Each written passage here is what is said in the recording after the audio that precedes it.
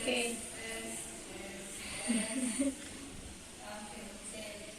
Assalamualaikum warahmatullahi wabarakatuh. Bertemu kembali dengan saya Patricia Mupoting, calon guru penggerak angkatan 9 dari SMP Negeri 10 Gorontalo, Kota Gorontalo, Provinsi Gorontalo. Kali ini saya ditemani dengan rekan saya, Ibu Ineng Jenaan SPD, guru mata pelajaran matematika SMP Negeri 10 Gorontalo. Assalamualaikum Ibu Ineng. Waalaikumsalam. Apa kabar Bu? Alhamdulillah baik. Hari ini kita melakukan percakapan praobservasi ya Bu. Sebelum saya akan mengobservasi pembelajaran di kelas.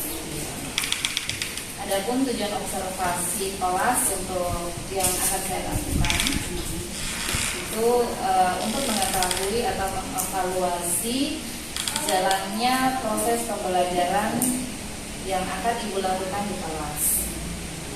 Dan untuk percakapan praobservasi ini sebagai persiapan untuk pelaksanaan observasi agar Ibu akan lebih siap dan lebih percaya diri dalam pelaksanaan pembelajaran. Nah, hari ini Bu ada beberapa pertanyaan yang ingin saya ajukan pada kegiatan praobservasi ini. Baik Bu, pertanyaan saya yang pertama, apa tujuan pembelajaran yang akan Ibu laksanakan nanti di observasi kelas? Iya, terima kasih Ibu Martina. Jadi berdasarkan rencana yang saya buat di tujuan pembelajaran itu, jadi siswa diharapkan dapat menggunakan konsep skala perbandingan dan hubungannya dengan rasio untuk membuat DENA. Ya, DENA misalkan ada gambar yang kecil diperbesar, yang besar diperkecil. DENA rumah juga bisa. Iya, DENA rumah juga bisa. Baik. Kemudian Bu, untuk area pengembangan yang hendak Ibu capai pada pembelajaran nanti itu apa saja? Jadi areanya itu ada area pengetahuan, keterampilan dengan sikap. Dimana di situ kalau pengetahuan saya melihat konsep skalanya, skala perbandingan. Jadi bagaimana siswa bisa memahami konsep? Iya, bagaimana siswa bisa memahami konsep skala perbandingan. Terus kalau di bagian atau di area keterampilannya? Kalau area keterampilannya itu saya melihat bagaimana mereka cara membuat skala tersebut. Jadi pemecahan masalahnya bagaimana. Kemudian yang tadi Ibu bilang sikap. Ya, kalau sikap P3 di situ ada mandiri, gotong royong dengan kreatif. Jadi berarti sudah sesuai dengan ini. Iya, sudah. Kemudian Bu, yang selanjutnya saya ingin menanyakan strategi apa yang dipersiapkan dulu dalam pembelajaran nanti. Jadi strateginya itu saya menggunakan pembelajaran berdiferensiasi berdasarkan kesiapan belajar. Kesiapan belajar. Jadi rankingnya ya. Iya. Kemudian selain selain pembelajaran berdiferensiasi, Ibu apakah sudah mengintegrasikan saya seperti sudah, yang saya sudah sosialisasikan? Iya, saya sudah mengintegrasikan dengan pembelajaran sosialnya, kemudian ada emosional. Nanti itu kan untuk PSE-nya ada beberapa teknik yang sudah saya sosialisasikan. Iya. Kira-kira Ibu akan membawakan teknik yang mana?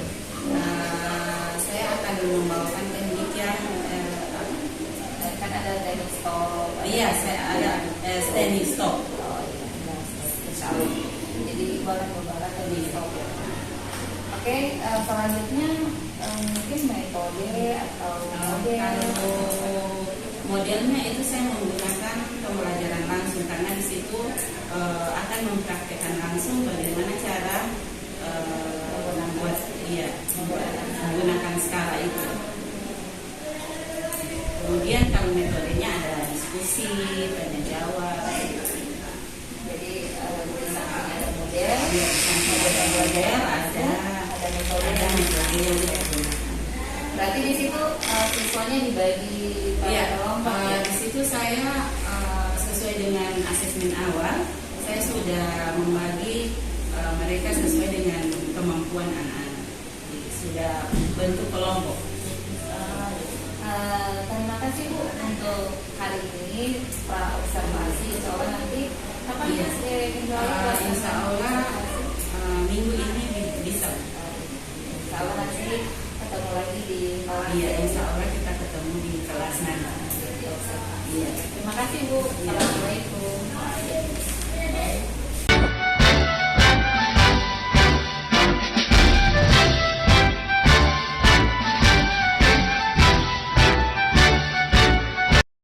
Oke, assalamualaikum warahmatullahi wabarakatuh. Waalaikumsalam warahmatullahi wabarakatuh. Apa kabar adik-adik hari ini? Alhamdulillah luar biasa. Allahu Akbar. Oke. Apa hari ini yang hadir semua? Ya. Siapa yang tidak hadir? Nabila, Oke, Dina yang kemarin. Oke, jadi insya Allah kita doakan yang tidak hadir hari ini, kalau lagi sakit, insya Allah kita doakan cepat sembuh ya. Dan yang tidak ada kabar atau yang alpa, insya Allah kita doakan bisa cepat bergabung kembali besok. Dan kita doakan mereka supaya cepat datang ke sekolah, rajin-rajin datang ke sekolah. Oke, jadi hari ini kita melanjutkan materi. Kemarin kita sudah belajar tentang bilangan prima ya. Masih ingat bilangan prima itu apa-apa? 2, 3, 5, 7, 2, 3, 5, 7, 11 dan seterusnya ya. 13 dan seterusnya. Oke. Kemudian faktor prima. Ada yang masih ingat? Misalkan 20, angka 20. Faktor prima dari 20 itu apa-apa? Ya, dari faktor ya. Berapa? 2. 20 bagi 2 dapat? 10. Ini bisa dibagi 2 lagi? Bisa. Dapat berapa? 5 bisa dibagi 2? Ya. Bisa. Nah, sekarang berarti kalau tidak bisa lagi dibagi, ini juga tidak bisa dibagi 3 kan? Ya. Berarti faktor prima dari 20 berapa? 2 dengan 5. Ya, ini ya. 2 dengan 5. Itu faktor prima. Nah, hari ini kita juga masih belajar tentang faktor, tapi itu sudah masuk pada rasio atau skala.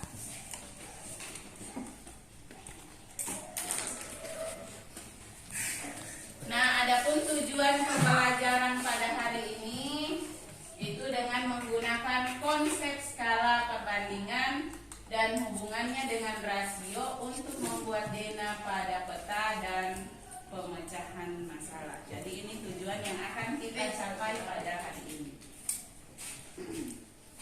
Nah, sebelum masuk, pernah kamu lihat peta? Nah ya, kamu pernah lihat peta kan? Ya.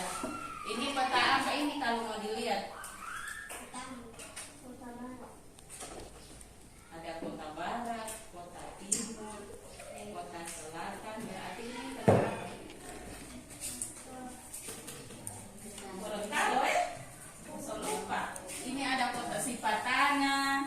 Jadi ini peta Gorontalo. Nah, di dalam peta itu biasanya ada tertulis, ada di sudut bawah, apa itu namanya?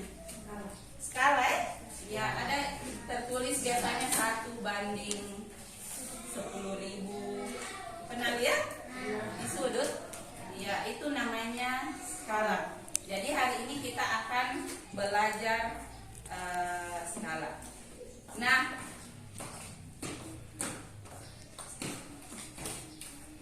sebelum kita masuk pada materi, kamu perhatikan dulu video yang ini.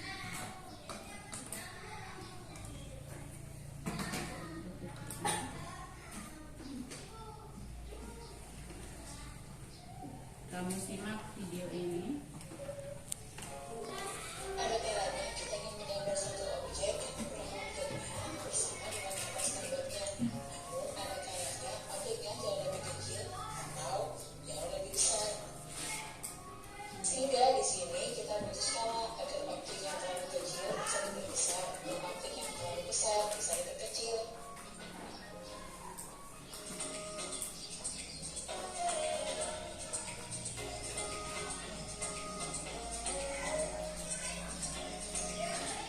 Perhatikan ya.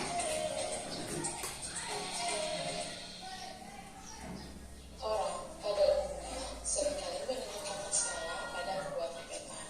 Pada peta sendiri, definisi skala adalah rasio jarak pada peta dengan jarak sebenarnya di muka bumi. Tapi skala gak melulu skala angka loh. Pada peta kita juga mengenal skala baru.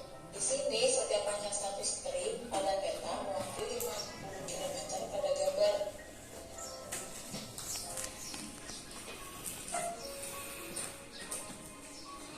Selain itu, ada juga skala warna.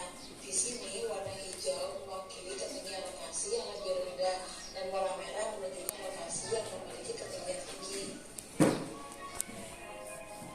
Terus, gimana lagi ya kita menemukan kata skala? Yups, skala Richter. Kalau skala Richter ini adalah nilai yang mewakili efek gempa di lapangan.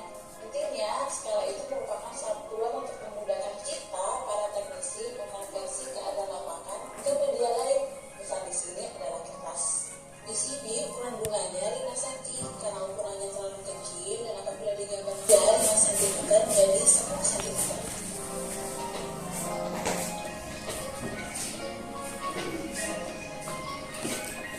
Sebentar kamu nggak ukur.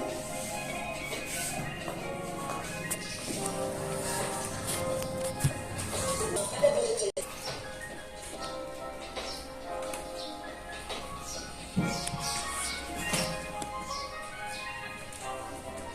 Menurut gue, Terus kalau nggak diperbesar dan diperkecil, skalanya gimana? Jawabannya tetap sama kok. Misalnya ya, objek digambar adalah 13 cm. Terus objek sebenarnya adalah 13 cm. Maka ditulis 13 cm sama dengan 13 cm. Kedua angka tersebut jadikan 1 sehingga dibagi 13. Hasilnya 1:1 deh. Mudah kan? ya. Sudah? Ya. Perhatikan tadi? Ya. Nah, sekarang sudah. Kita ingin menggambar satu objek. Setelah menyimak video, kamu di sini ada tugas.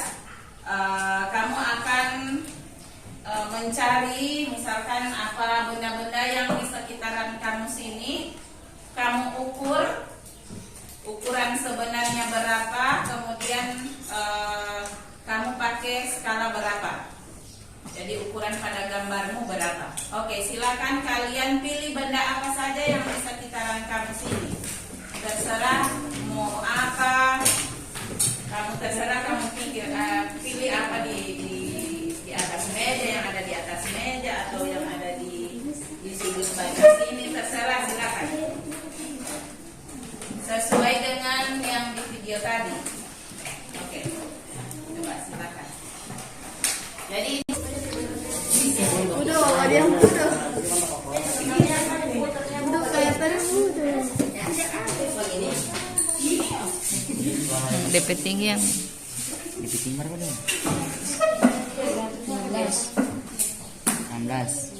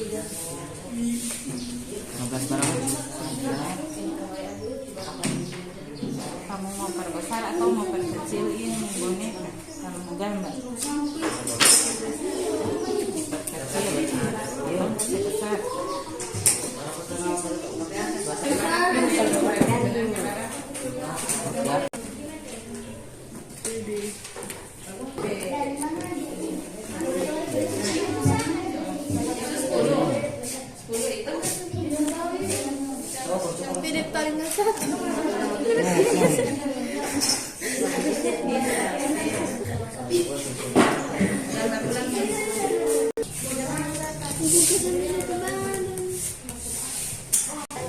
Jadi dapat tahu sampai di mana.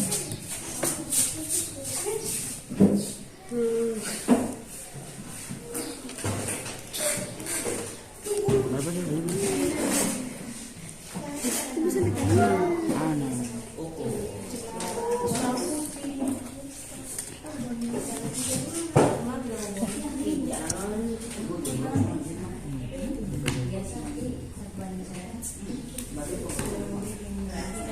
Ya sampai situ.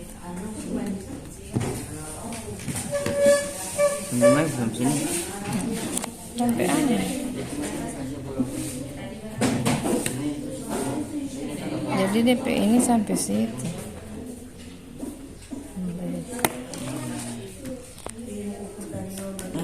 Kita sih ya, kita.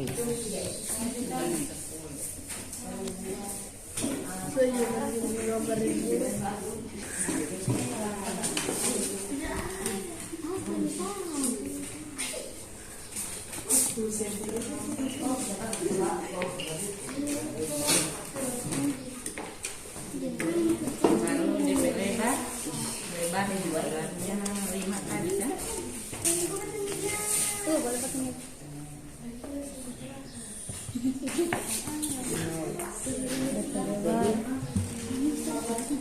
Dua. Baru itu penghapus kapan? Terus saya sebentar ulang nih, Bos. Sudah.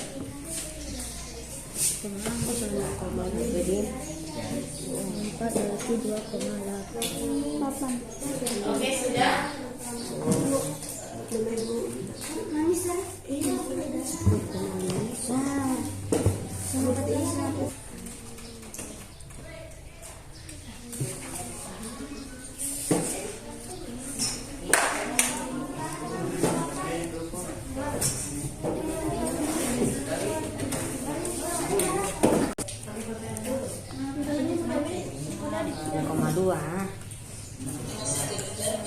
Abi, buat bunga itu 7,5 tadi.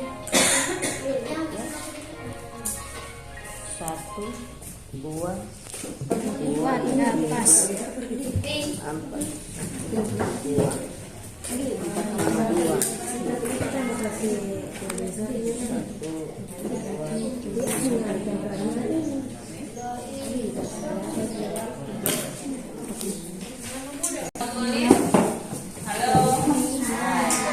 Ukuran sebenarnya berapa?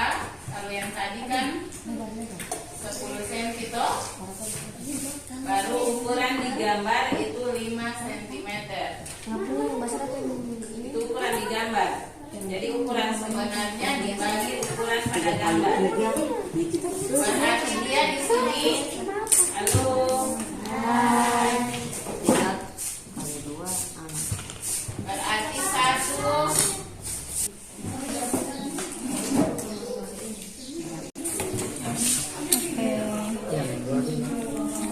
Kenapa ibu pegang?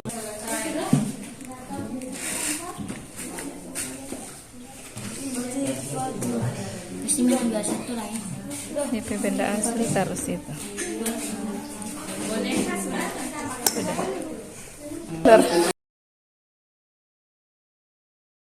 Ini teknik yang tadi. Oke, sebelum kita presentasi hasil pada hari ini, alangkah baiknya kita fokus dulu sejenak. Ikuti apa yang saya perintahkan di sini. Mari kita stop sejenak dari kegiatan apapun yang kita lakukan saat ini. Mari istirahatkan sejenak fisik dan mental selama kurang lebih 3 menit saja.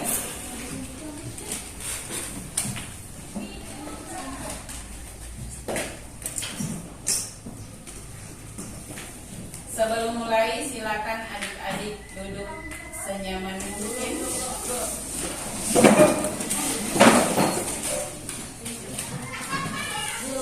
Adik-adik bisa menggeser posisi posisi duduk agar lebih nyaman.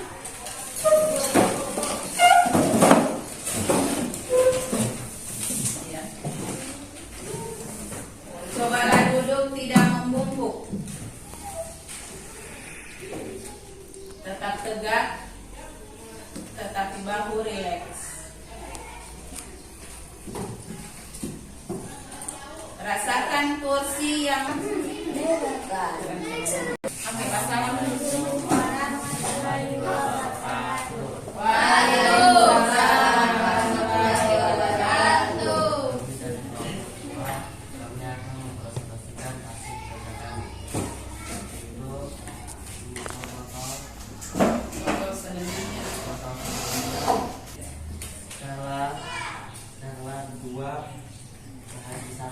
dua banding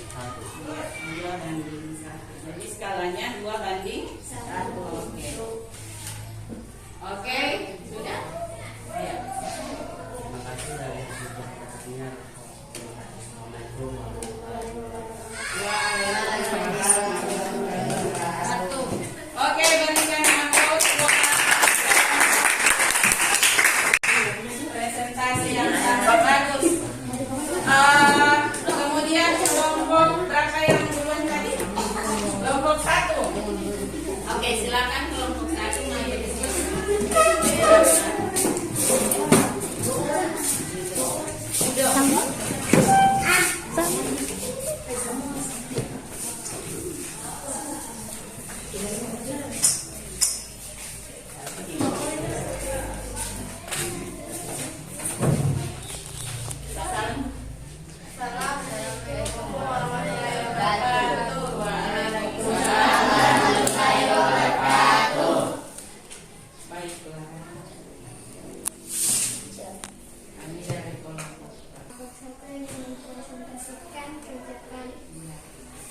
Lihat gambar sebenarnya berapa.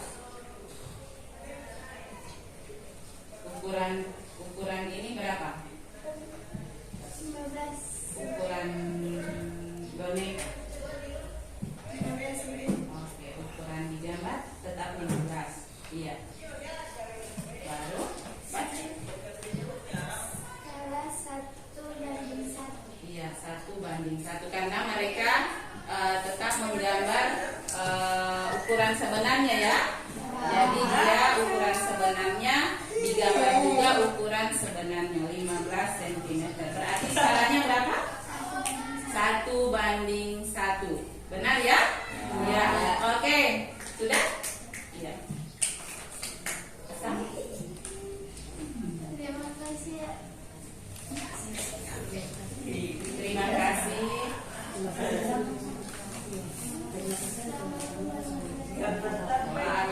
Oke, tepuk tangan dulu.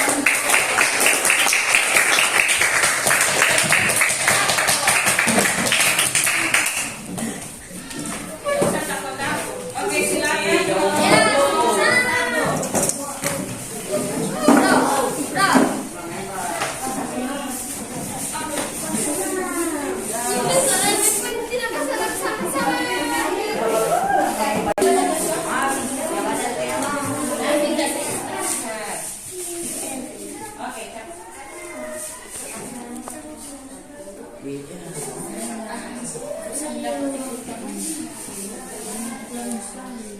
Assalamualaikum warahmatullahi wabarakatuh. Waalaikumsalam warahmatullahi wabarakatuh. Kami dari kelompok 3 mempresentasikan hasil kerja kami. Hasilnya itu benda.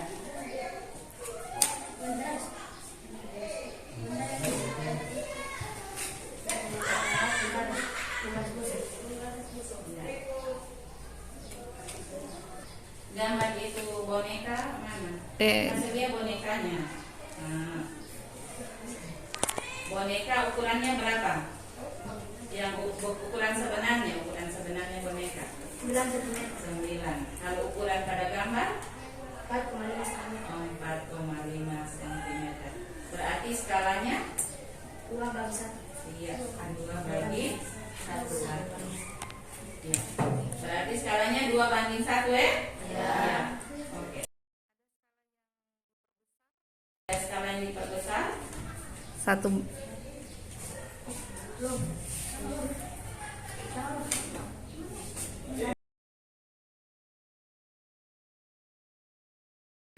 Ada?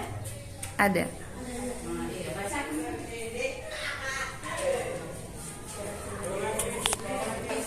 Ukuran sebenarnya adalah 1,4 cm. Ukuran di gambar adalah 2,8 cm. Berarti Skalanya adalah 1:2.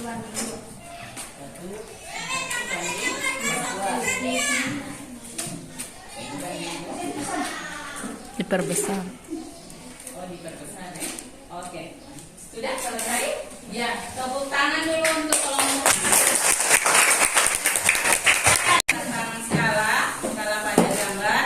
Nah, ini diperkuat kembali. Jadi skala itu dia jarak pada gambar, jarak sebenarnya dibagi jarak pada gambar dibagi dengan jarak sebenarnya atau ukuran sebenarnya. Itu yang kalian sudah gambarkan. Nah, sekarang coba kalian perhatikan ada contoh soal di sini. Jarak dua buah kotak A dengan B pada peta adalah 4 cm. Sedangkan jarak sebenarnya kedua kotak tersebut 2 km. Tentukan skala yang digunakan pada peta tersebut. Kemudian skalanya bagaimana dulu tadi? Skalanya tadi jarak pada peta dibagi dengan jarak sebenarnya. Jadi 4 cm dibagi dengan 200.000 cm. Jadi dengan kotak tersebut 1:50.000. Oke, silakan ada latihan soal. Coba kalian kerjakan dulu latihan soal.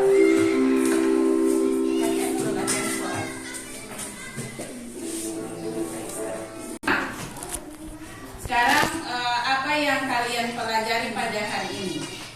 Coba siapa yang bisa menyimpulkan apa yang kalian pelajari pada hari ini? Yang bisa singgah sama di pikiran kamu, apa yang kalian bisa dapat di pelajaran pada hari ini? Tentang apa? Tentang skala. Bagaimana cara mencari skala?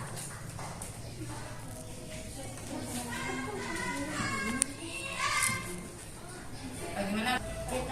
Peta dibagi dengan jarak sebenarnya. Jadi jarak skala itu, mencari skala itu jarak pada peta dibagi dengan jarak sebenarnya. Oke, bagaimana pembelajaran hari ini? Baik. Menyenangkan atau tidak? Menyenangkan, alhamdulillah. Oke, jadi untuk oleh-oleh pada hari ini kamu ada tugas. Jadi ada tugas kamu itu mencari atau mengukur denah rumah kamu ya. Jadi ukuran rumah kamu berapa, kemudian kamu gambar seperti tadi di buku, ukuran yang kamu perkecil itu berapa. Kemudian kamu tentukan skalanya. Jadi tugasnya ibu kumpul, karena itu berbentuk proyek, ibu kumpul bisa 2 minggu ya, bisa 2 minggu. Oke, sekian dulu untuk hari ini. Wassalamualaikum warahmatullahi wabarakatuh.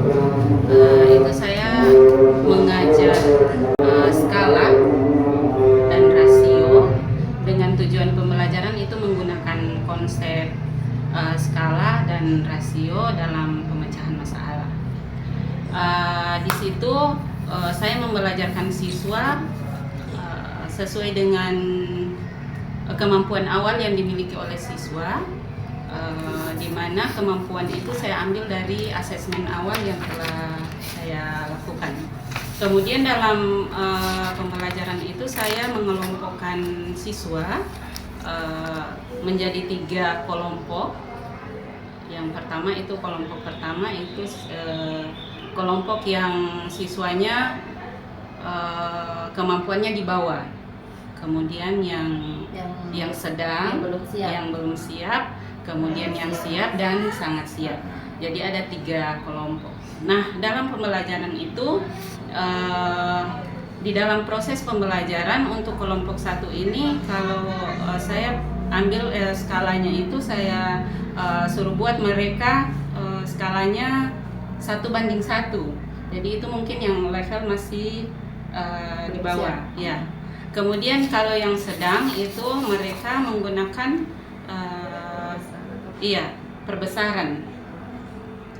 Yaitu yang kelompok kedua.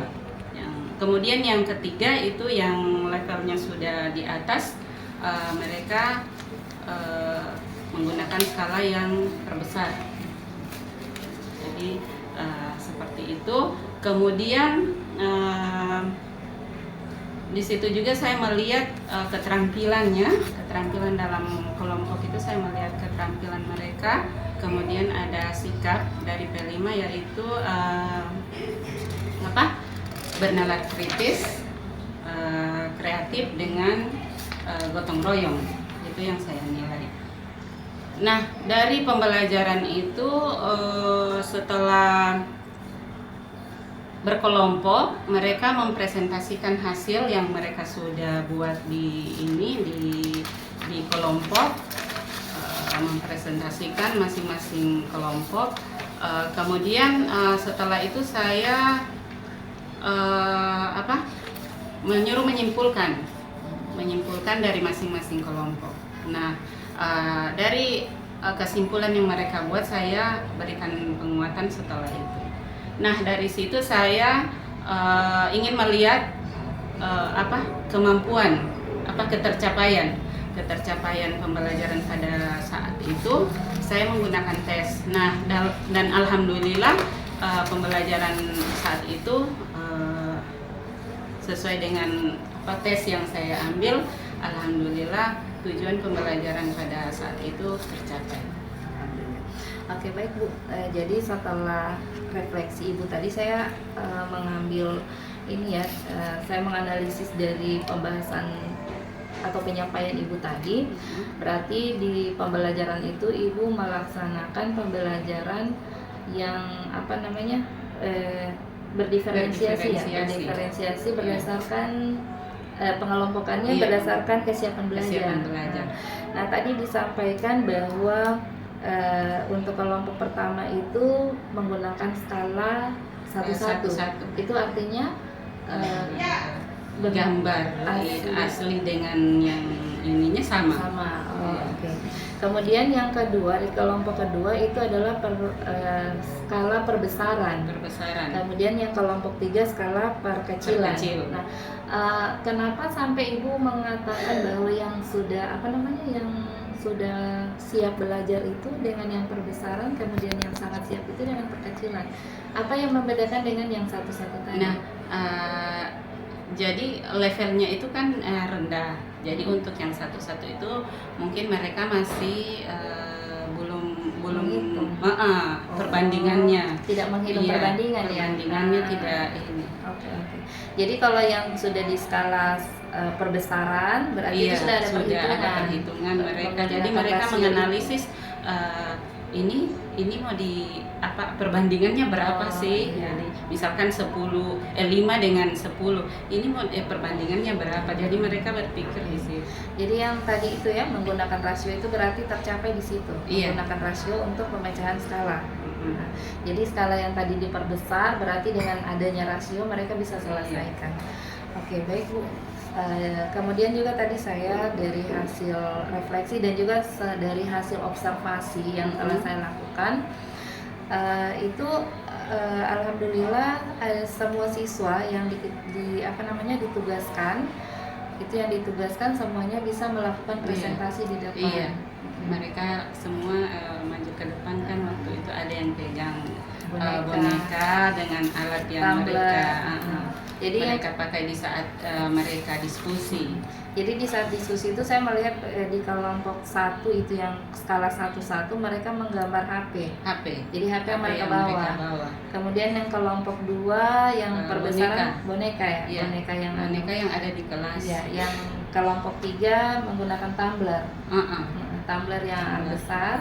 Ya, jadi kemudian juga saya sudah melihat adanya, jadi ini saya ada catatan saya.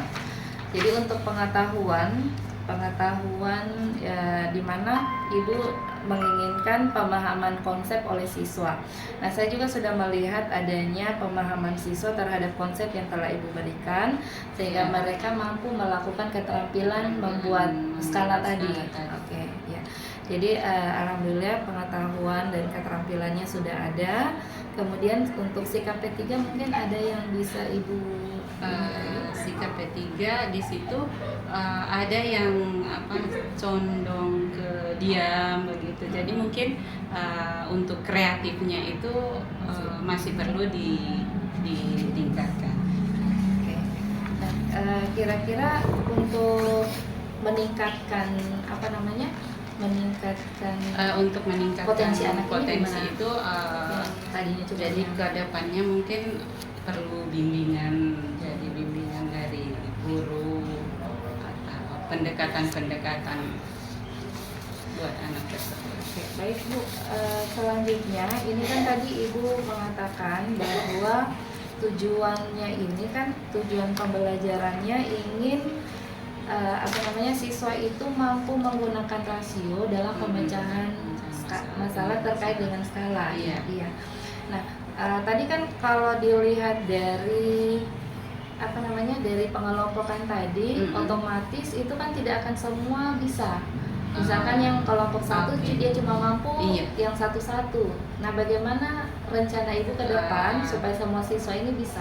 Jadi rencana saya ke depan, jadi kan tadinya itu kan mereka cuma yang kelompok di bawah yang skalanya 1-1 dan yang kelompok 2 yang diperkecil, yang kelompok 3 diperbesar. Nah, untuk tindak lanjut saya ke depan itu insya Allah semua siswa itu akan mendapat materi itu, baik yang 1-1, yang diperkecil dengan diperbesar. Saya usahakan itu akan siswa mendapatkan semua materi tersebut. Oke, mungkin ada strateginya Ibu yang akan Ibu lakukan. Jadi strategi itu mungkin ke pendekatan. Jadi yang kan tadi untuk kelompok 1 yang cuma 1-1 bisa memahami yang dikerjakan oleh kelompok 3 yang perkecilan tadi. Jadi dengan menggunakan rasio mereka bisa menyelesaikan. Itu ada strategi tersendiri. Ada juga tutor sebaya. Tutor sebaya dari yang tadinya sudah dapat, jadi mereka bisa membantu yang ini. Jadi saling berbagi ya, dari kelompok 3 membagi ke kelompok 1 gitu. Oke. Jadi itu tindak lanjut Ibu ke depan ya. Mungkin untuk aktivitas. Jadi untuk kedepannya, jadi setelah tadi Ibu mengatakan tidak lanjutnya Ibu mungkin akan memanfaatkan tutor sebaya. Jadi yang kelompok yang sudah paham ini atau yang sudah siap belajar ini akan berbagi ke kelompok 1 dan kelompok 2 ke kelompok. Jadi saling berbagi ya. Mungkin pengembangan dirinya ke depan itu ada rencana dari Ibu? Untuk pengembangan diri sebaiknya mereka saling bertukar pikiran untuk ada kolaborasi antara semua siswa. Jadi untuk materi ini bisa tercapai jadi pengembangan dirinya ke depan kolaborasi ya. Kolaborasi antara setiap siswa.